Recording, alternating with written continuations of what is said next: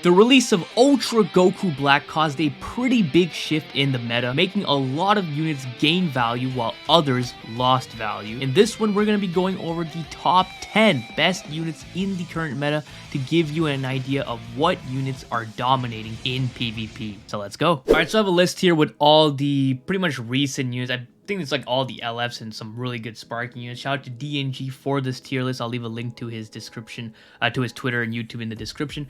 But yeah, these are all the units. I think they're up to Ultra Goku Black, obviously. The last time we did a tier list, it was for Ultra Hits release, so pretty much like over a month ago. I usually like to do these top 10s like every month. I don't want to be spamming them with every release. I think once per month is really good. So the way I like to do these tier lists, obviously just like everyone else, is taking in consideration how the meta is. So for example, a unit could be better than a certain unit on the list, but in this actual top 10, he might be higher or lower depending on how used and how valuable he is in the current meta. So it might look different from I think it's gonna look a lot different from my last list.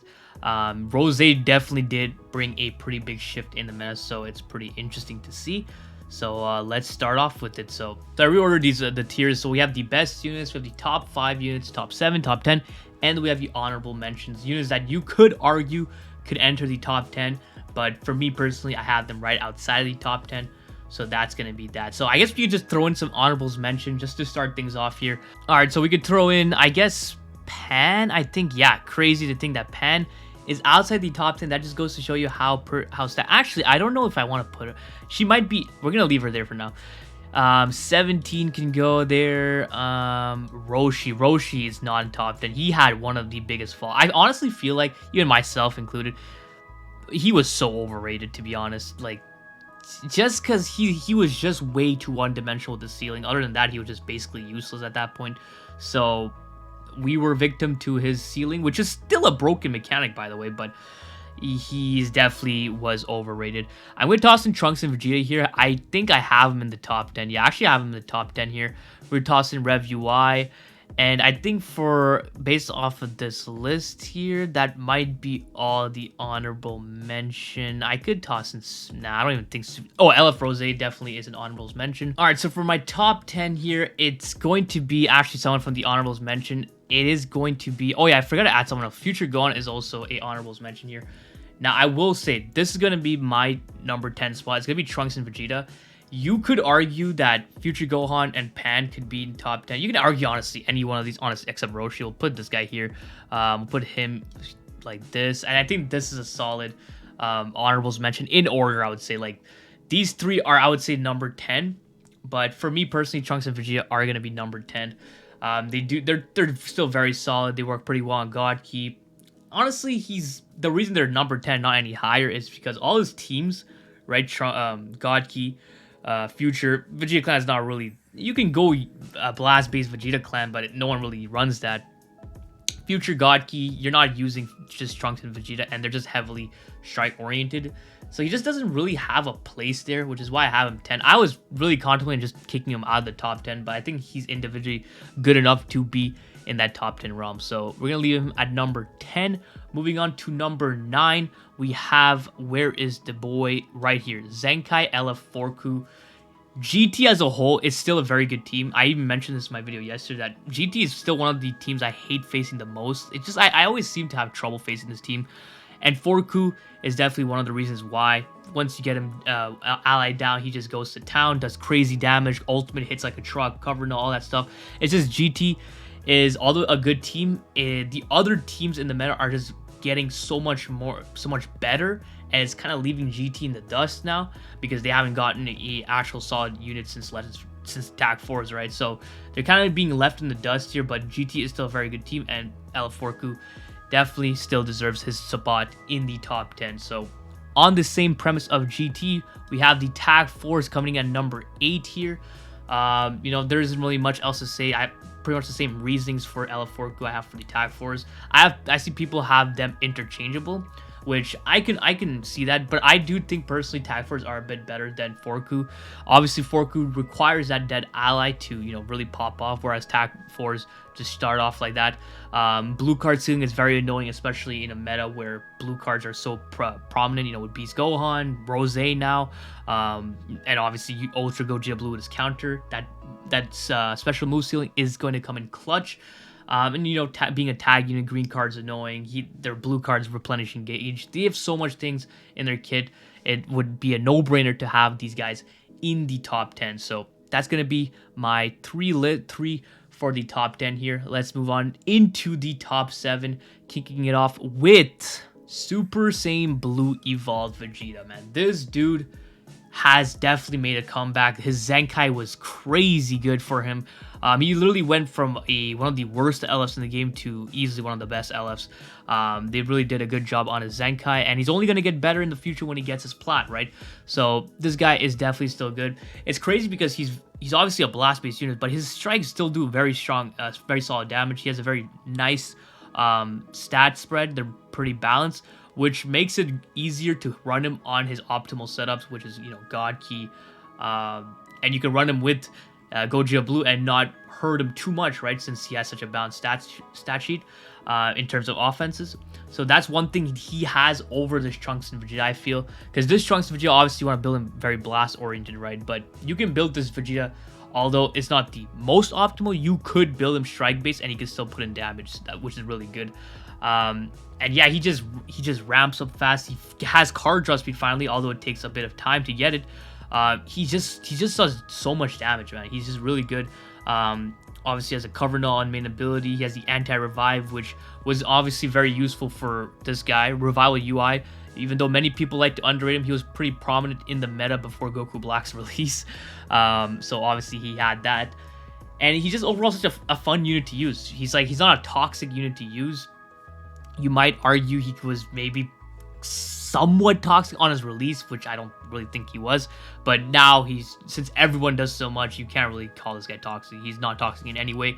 He's just an overall fun unit to use and a very good unit at that. And you know, Gotki, of course, being one of the best teams in the game right now, works pretty well for him. So he's gonna be at our number 7 spot. Coming in at number 6, we have LF Android 17. Now this might be a bit shocking, I guess, for people, because I previously had this guy. It's crazy because prior to Rose's release, I had 17 at number 2 in the game, and just with the release of Rose, he is now number 6. Now you could argue obviously that he can be higher, but me personally, I do think that he's just not as prevalent in the meta. Obviously you can leader slot him on some of the best teams and it could work out that well, which obviously that could work, but obviously his universe rep team is just nowhere to be found right now. It's not that it's bad, it's just that in the top ranks, when you're really trying to grind like ranks, you're not going to be using uni reps. You're really not going to be using any team that he belongs on. And a big reason for that is because Ultra Goku Black exists and he completely shuts these people down, right? Does 17 have any way of going neutral? I don't remember. Forgive me if I forgot. I don't have 17, so it's hard for me to remember something when I don't even use it. But he might have it. I honestly don't remember. But Goku Black, just being a force of nature, a terrifying force of nature, just completely shuts him down. And yeah, just 17, his teams have not been up to par with the other teams in the meta, so that's why we have him at this spot here.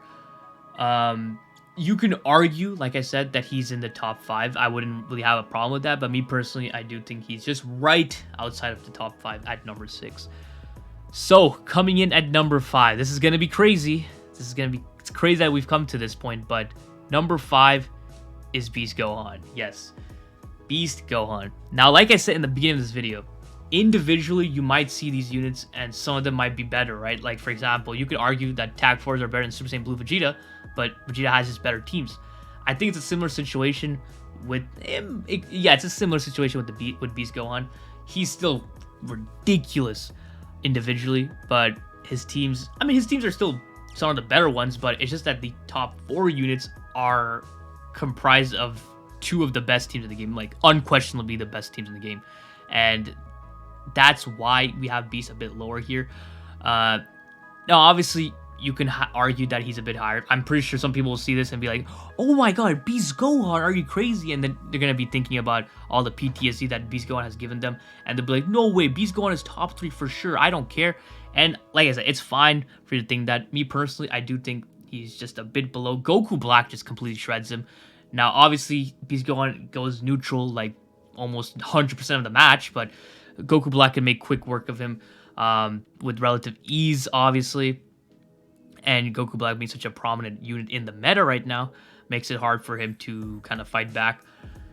And he just lacks defense, obviously. He's a bit squishy, and that's part of the reason why he gets shredded so easily. But obviously, offensively, he's still ridiculous. One of the strongest characters offensively. So we have it at number 5 here. Let's keep going. And this is where it gets pretty crazy. So number 4, we have Zamasu. Now, the reason I have Zamasu over Beast is because Zamasu is ran on... He's literally the best third option in the whole game. Like, I don't think there's a better third option other than the Zamasu. He fits on God Key as the best third option, and he fits on Powerful Opponent / Future as the best third option. And the 2 other units that he's ran alongside are 3 of the best units in the game. Gogeta Blue, Goku Black, and Hit. Gogeta Blue, Goku Black for God Key, or Goku Black and Hit for Powerful Opponent / Future. Those 2 teams are unquestionably the 2 best teams in the game.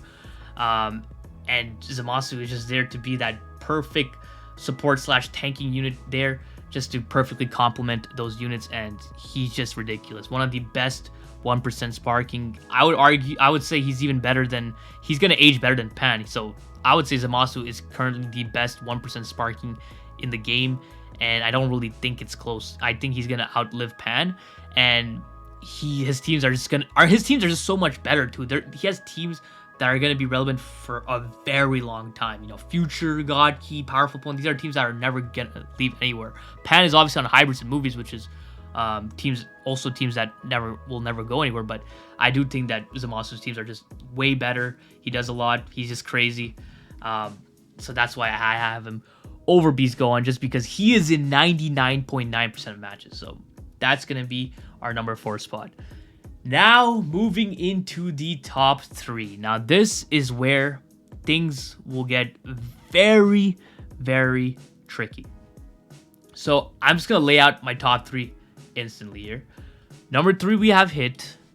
Number 2, we have Goku Black. Yes, Goku Black at number 2, and Gogeta Blue at number 1 here. So this is my top 3 here, and I would like to say that I don't have a problem with anyone putting these units in any order.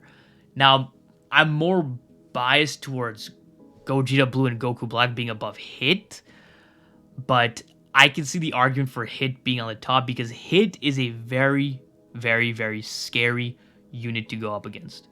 He has the time stop, which is just ridiculous. 0 counterplay, obviously, unless you tap out of it. But if you get time stop, you're losing a character. That's pretty much how it works.